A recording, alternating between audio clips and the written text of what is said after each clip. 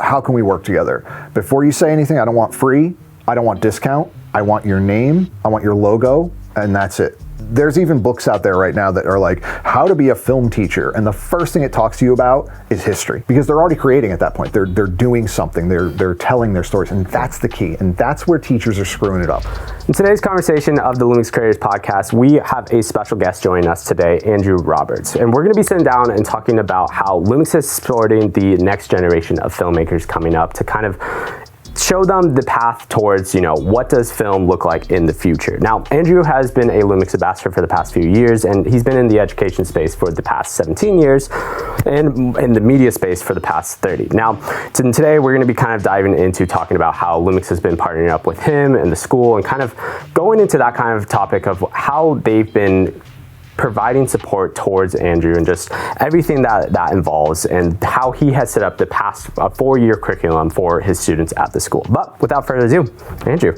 What's up, man? What's up, man? How's it going? Good. Thanks for kind of joining me on today's kind of like sit-down conversation. We're in your space. Yes. This is my third in-person podcast. Most of the time it's virtual, but it's sick that you can have. A couple warm-up questions that I love asking all of my guests who kind of come on this show is, how did you get introduced to LUMIX as a brand, as the first question? And then the second question, what is kind of your current go-to setup? So great questions, actually. And the funny part is that I moved to California in 2016 to work at my current job as the director of film media at Mater Dei High School. And I had never touched a LUMIX camera prior.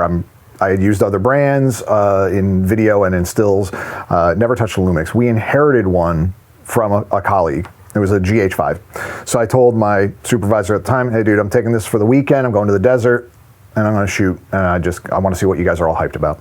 I came back on Monday, I handed it back to him, and I said, so that's all we're buying from now on. I loved it. I fell in love with their color science, I fell in love with their menu system. It's super easy. Their stabilization, even the older gen stabilization was great. And so I really kind of just locked in on that. Since then, we've bought about, I think, like 20 to 30 different LUMIX cameras, excluding what I own on my own. As a LUMIX Ambassador, I get my hands on stuff a little early.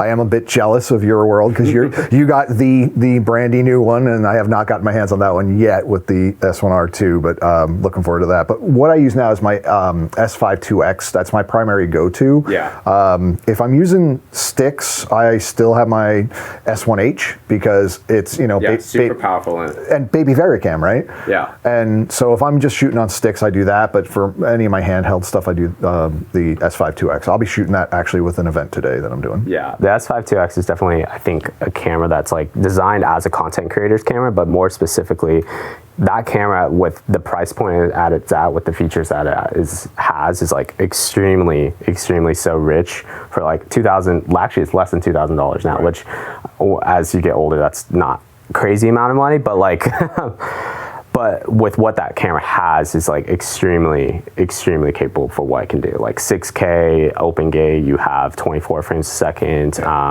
all phase detect autofocus apart from 48 and 60 frames a second in 4K.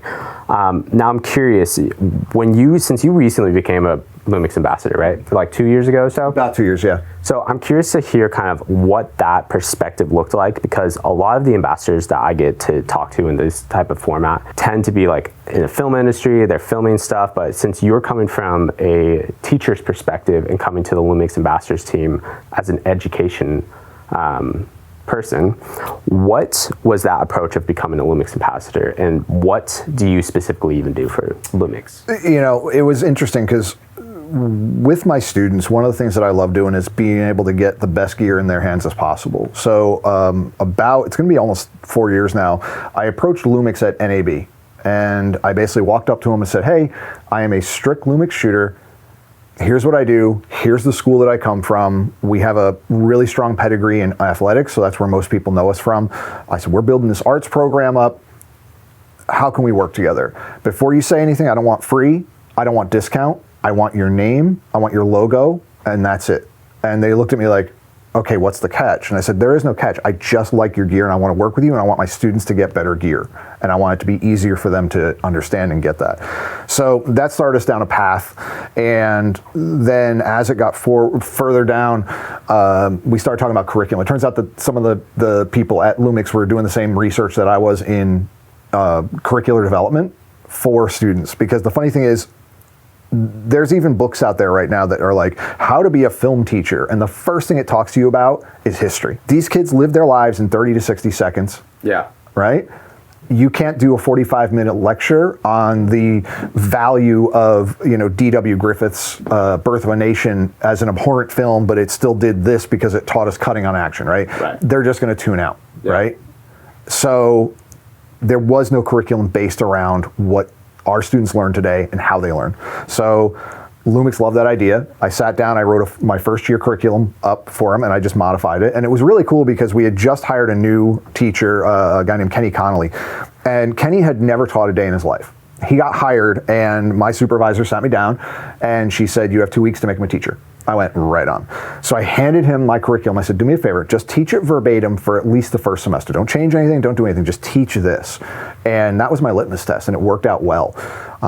Since we started implementing that, we've had about 82% retention. And so LUMIX loved what we were doing. So then years 2 through 4 kind of came out of that. So in that process, the request that I had is I said, listen, instead of you guys just like paying me, like I want to be part of the team here. So let's work towards making me an ambassador. And I am an ambassador for education. I'm a LUMIX ambassador for education. So I have that kind of space there, and the guys have been great. Neil Matsumoto has been amazing. Matt Frazier's been amazing about promoting what we do and how we do it. So I'll go to events like ISTE, which is a teachers convention for technology, Slam Dance, other events, in-store stuff, and I'll talk about the curriculum, not even the gear.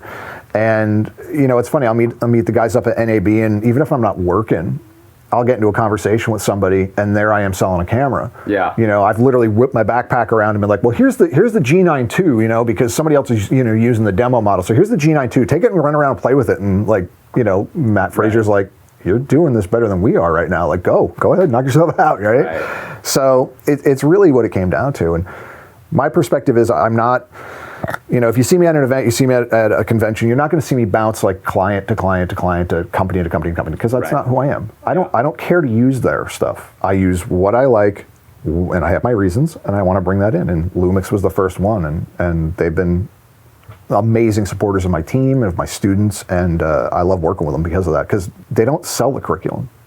They give it away. You want it? Cool, give me your email and we'll send it to you. Like, what company is going to even think about doing that? Specifically with LUMIX, I feel like a lot of people put their flag up for that camera brand, and probably people would think, oh, it's the reason because of the specs, because of that. And it's like, no, I honestly don't even think about it's that. I think it comes down to it's what's LUMIX doing as a whole, as a company, like trying to actually listen to users, trying to listen to creators, but also trying to have that forethought of like creating apps like the LUMIX Lab app, creating apps like the LUMIX Flow, and making it easier for people who are getting used to editing on their phone to now have the tools necessary, especially with the S9 and then the recent firmware update that kind of pits all these cameras on the same playing field in terms of what capabilities they have with their phones. I'm curious to kind of hear your approach. You kind of dived and touched point on it a bit, but how has your teaching styles changed over time, specifically because, like you said, it's like in these next generation of like the kids and teens that are growing up, we're so used to 30-second short form content, and which is also a really important thing kind of going forward in the future, because short form content is going to be what every single company is going to need. They're not going to be needing, a 2 to 5 minute commercial like they might have needed back in the day. So this world of content creation is just vastly growing. So I'm kind of curious to hear kind of your different style approach, and also kind of touch point on like what was the common thing that people and teachers still even do to this day. So where it came out for me, because again, and you had said it before, teaching is my second career.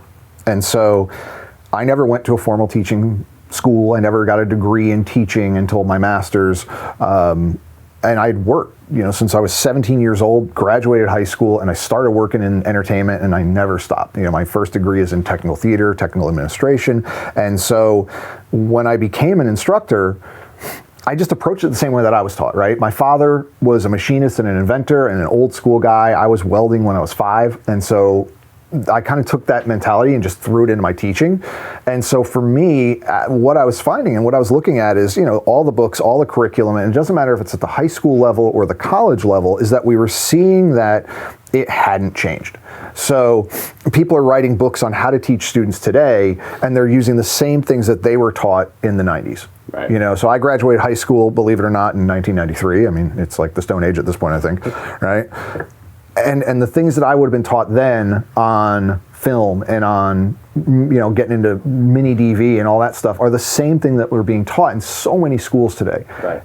Students don't learn that way. Students learn quickly. You have to change up your instruction. You have to get stuff in their hands. So we instituted a program, and I did it with Kenny, which was called 2 Weeks to Shoot. So in the first 2 weeks of school, you're going to meet with your class about 5 times. By that 5th class, you have to have them shooting. Either iPad, because all the students that I teach, they're given an iPad through the school to use, or their phone, or ideally a camera. So we're looking at getting them the G7s or the G85s, right? We start them with those.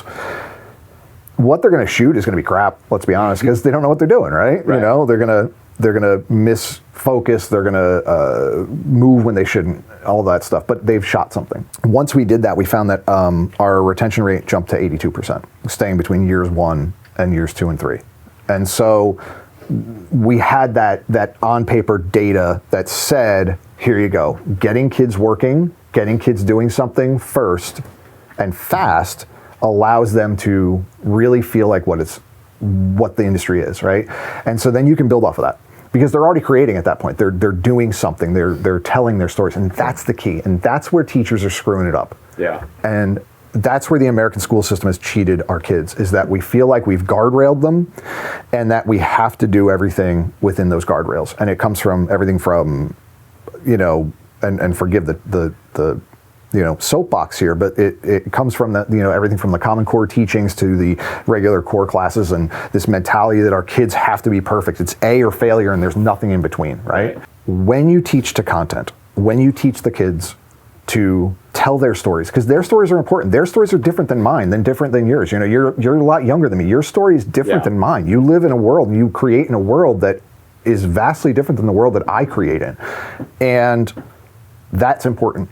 And too often we're saying, no, you have to stay between these guardrails. You have to learn it this way. It never changes year after year after year. When I handed my documentation and my curriculum to LUMIX, I'm like, you guys understand this is living, right? Like, this is going to have addendums every 2 years at minimum. And that's how we have to remember when we're teaching our kids, right? Is to let them go out, let them tell their stories, because that's important. And teach them to screw up. Teach them to fail. Let them fail. Right. I've had students standing in front of me in tears because their grade dropped from a 98 to a 96, and they're like, my mom's gonna kill me. Why? Right. Right? And that mentality is making our kids basket cases, because they don't care about what they're learning. They care about what they're getting. You can't do that in the arts. The arts it's completely different, and what students can learn within the art space can help them. We were chatting about it earlier, on a TV program. Even if you're never on camera again, you're going to be in an interview. You're going to have to be in front of people. Even what we're doing here, right? It's if we're shooting in front of a live audience, it's a different vibe. And so all of those skill sets become important, and we tend to forget that. And parents, I've begged my parents at these meetings and stuff like that, like, stop asking your kid why, right? You got to be, why? Well, I don't know, maybe, I just broke up with my girlfriend, maybe my stomach hurt that day, maybe X, Y, Z, whatever. Ask how. How did you come to that, right? I don't care about grades. I couldn't tell you, in all honesty, in the 17 years I've been doing this, I couldn't tell you one grade I've actually given with certainty. I'm assuming everybody gets an A, even if they don't, and I know they don't, but I don't care. But I can tell you the first kid that I ever taught in my first class, what he knew, and by the time he graduated, what he did well and where he needed to improve. Because that's what's important. Teaching the skills is important. The content is important. The grades will come. And that's where we're missing it. Right. Because I feel like it's such a something looking back at like when I was in high school and like all the opportunities I missed out on, like trying to push and develop skills that like a lot of high schoolers, in all honesty, aren't thinking about. Like, how can I specifically develop these skills that can help me out in my life, help me out in the future? Like, I personally wish I did more media classes, and I was in the music program. I ended up going to college for music, changed my degree, ended up going to business, and then just had mentors in the film industry and started shooting like that from my path. But I'm curious to kind of get into more specifics about that 4-year curriculum that you kind of developed. What is like the tactical things that you're doing and teaching from more of that actual perspective? What are you guys filming? What are you doing? Are you guys creating short form content as well as TV? Because the vast needs of media has grown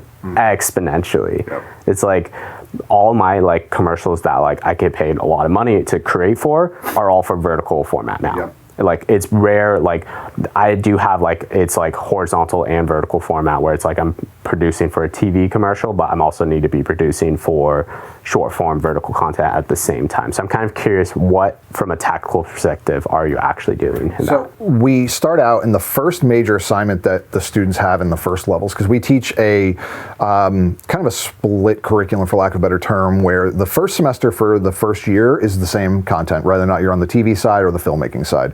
Then at the second semester where it splits, that's where you start changing.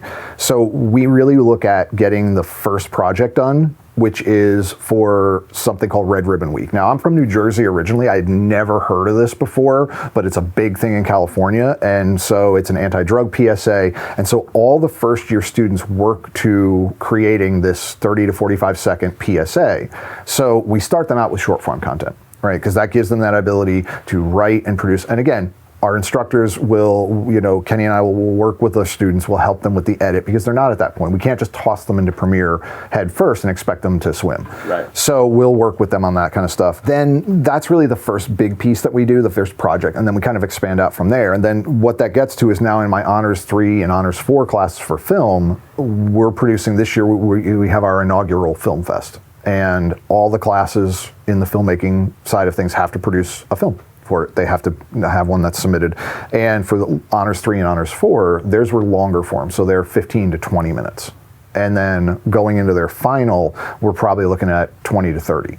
So it just increases, but it gets them really thinking about how to shoot from full conceptual idea in the PSA world to now how do we get to this point where we're conceptualizing and building out and producing a full feature, from script writing all the way through managing time. And we're even talking about like craft services now, and some of the latter lessons that happen at the end of the semester become marketing and film festival entry, and how do you get that kind of thing. So we try and kind of build it up that way throughout. So we talk the practical skills, all the typical stuff, your composition, your framing, your elements of art, all the stuff that cross over regardless. And then we also, when you break off, if you choose the TV side of things, we have a sports broadcasting program, and we have a television production program that we have a show called Every Day that airs every morning to the entire school, also available online.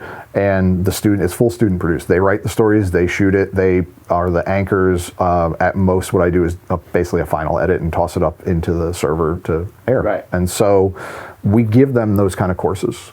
For the film festival, even the first level ones, their films are about a minute.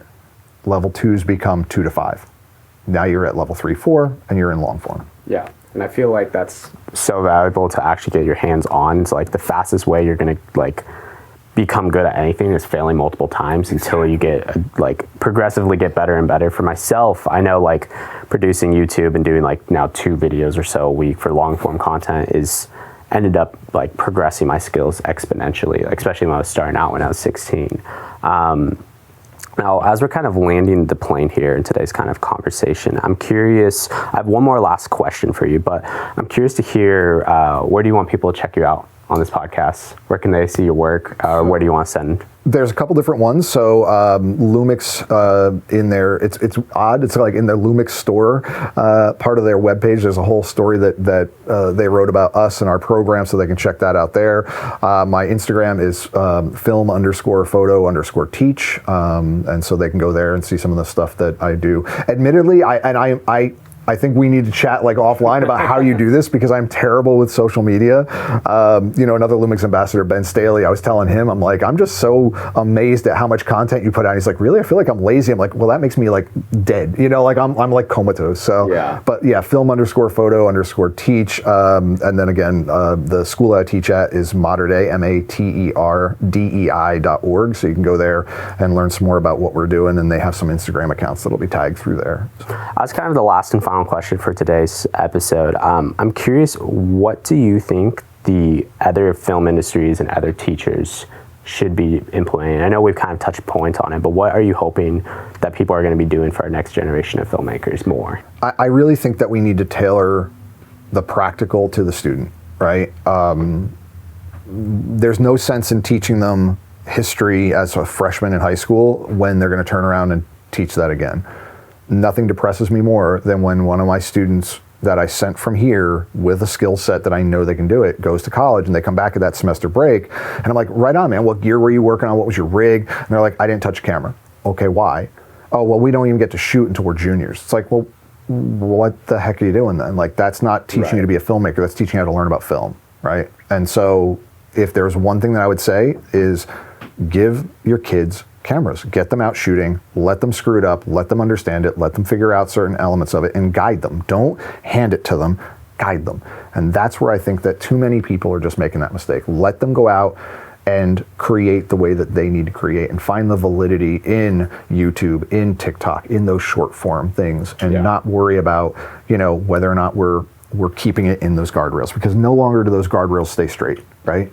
That's just, content creation is completely and vastly different than it was when we were kids. And so we have to remember that we have to evolve, right? Any teacher that just recycles their curriculum every year, to me, isn't doing their job. Love that. Well, awesome. Well, thank you for joining me on this episode of LUMIX Careers Podcast. Right on, brother. I appreciate it. I appreciate the time. And if you guys are interested in seeing another episode of talking about LUMIX and innovating in the future, check out that episode right there. YouTube recommends you might like this episode right here. Till the next one, guys. Peace.